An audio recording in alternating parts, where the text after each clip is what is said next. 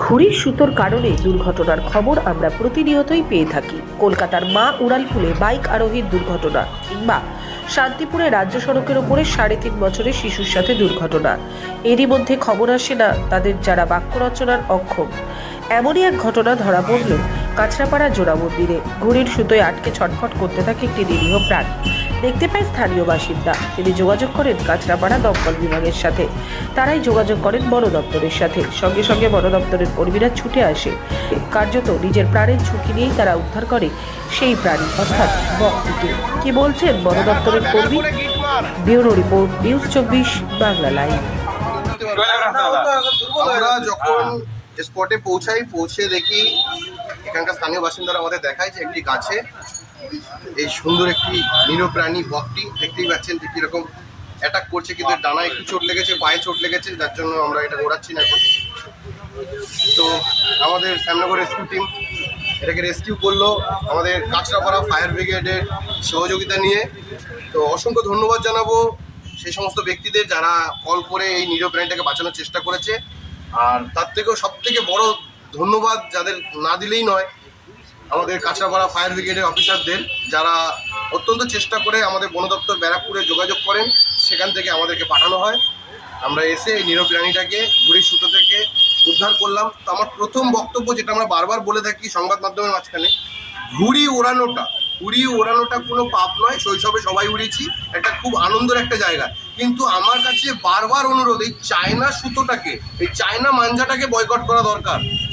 যদি কটন সুতোতে ঘুড়ি ওড়ানো যায় তাহলে ওড়ান, নালে উড়িয়েন না। আপনাদের ঘুড়ি ওড়ানোর জন্য এই নিরীহ প্রাণীগুলোকে বারবার মরতে হচ্ছে। আজকে এটা দেখা গেছে বলে আমরা একে বাঁচাতে পারলাম। অনেক সময় এগুলো দেখা যায় না, গাছে ঝুলতে থাকে, ঝুলতে ঝুলতে প্রাণ হারিয়ে ফেলে, কষ্ট বেদনায় প্রাণ হারিয়ে ফেলে। তো তার জন্য সবার কাছে করজোরে অনুরোধ, যদি পারেন এই নিরীহ প্রাণীগুলোকে বাঁচানোর জন্য। বুঝতে পারছেন যে এই প্রাণীটা একটা মানুষের থেকে অনেকের ভ্যালু বেশি, তাহলে আমাদের সবসময় মাথায় রাখতে হবে যে এই সব বিলুপ্ত প্রাণীগুলোকে আমাদের বাঁচাতে হবে। সবার কাছে একটাই অনুরোধ, আর সরকারের কাছেও এটা অনুরোধ, যদি পারেন কোনো রকম ভাবে, বারবার বলা সত্ত্বেও আমরা কিন্তু সেই চায়না মাঞ্জাটাকেই বারবার একটাই জিনিস, চায়না মাঞ্জা। কেন? আমরা তো দেখেছি ছোটবেলায় আমরা কটন সুতোতে ঘুড়ি ওড়াতাম, তাহলে কিন্তু এই প্রবলেমগুলো হয় না আমাদের। এগুলো সবাইকে মাথায় রাখতে হবে। আমরা যদি চায়না সুতো কেনা বন্ধ করে দিই, তাহলে কোম্পানিগুলো বানানো বন্ধ করে দেবে। কতটা রিস্কি ছিল এমনি বৃষ্টির সময়? আর একটা পুরনো গাছ, আমরা মানে যেটা আজকে এতদিন পর হঠাৎ করে বৃষ্টি শুরু হয়ে গেল। আর আমি অসংখ্য ধন্যবাদ জানাবো আমার টিমের অ্যাক্টিভ মেম্বার কৌশিক হালদারকে, যে এরকমভাবে একটা রিস্ক নিয়ে নিল। কারণ কিছু করার নেই, এক এক সময় আমাদের রিস্ক নিয়েই কাজ করতে হয়। আমরা ওয়াইল্ড লাইফ রেস্কিউ আর রিস্ক নেওয়াটাই আমাদের প্রত্যেক মুহূর্তের কাজ। কিন্তু রিস্কে যে বলে ডারকে আগে জিতে, তো আজকে রিস্কটা নিয়েছিলাম বলে আজকে নিরীহ প্রাণীটাকে বাঁচাতে পারলাম। আচ্ছা, আপনার নাম? আমার নাম প্রতাপ দাস। নমস্কার, আমি একটাই কথা বলবো, এই যে ঘুড়ির সুতো, আগেও আমরা দেখেছি এই ঘুড়ির সুতোতে বহু পাখিদের ক্ষতি হয়েছে, তারা মানে আটকে যাচ্ছে, কেউ দেখতে পাচ্ছে না, হয়তো মরে যাচ্ছে। এর আগেও আমরা এরকম অনেক রেস্কিউ করেছি।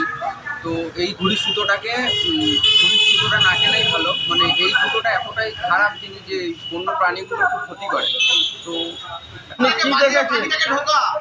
আমরা এই যে গাছে একটা পাখি দিলাম, ঝাঁকে ঝাঁকে পাখি এসে আরো উঠকা হাট করে কি বলে বক পাখি, আর সব ঝাঁক বক পাখি এটাকে ঘিরে ধরেছে, বের করতে পারছে না। আমরা রেখেছি 4:30টার সময়। কাকে ফোন করেছিলেন আপনারা? ওই যে ফায়ার ব্রিগেড তরফে বন দপ্তরের লোক এসেছে? হ্যাঁ, উনি আবার ফোন করে এনেছে বন দপ্তরের লোক। আমি যাই না, আমাকে আমি ফোন করেছি। আচ্ছা, এটা আপনি নোটিস করেছেন সেই সন্ধ্যাবেলায়? ধন্যবাদ। আপনার নাম? মণিভূষণ কুন্ডু। চল এদিকে চল,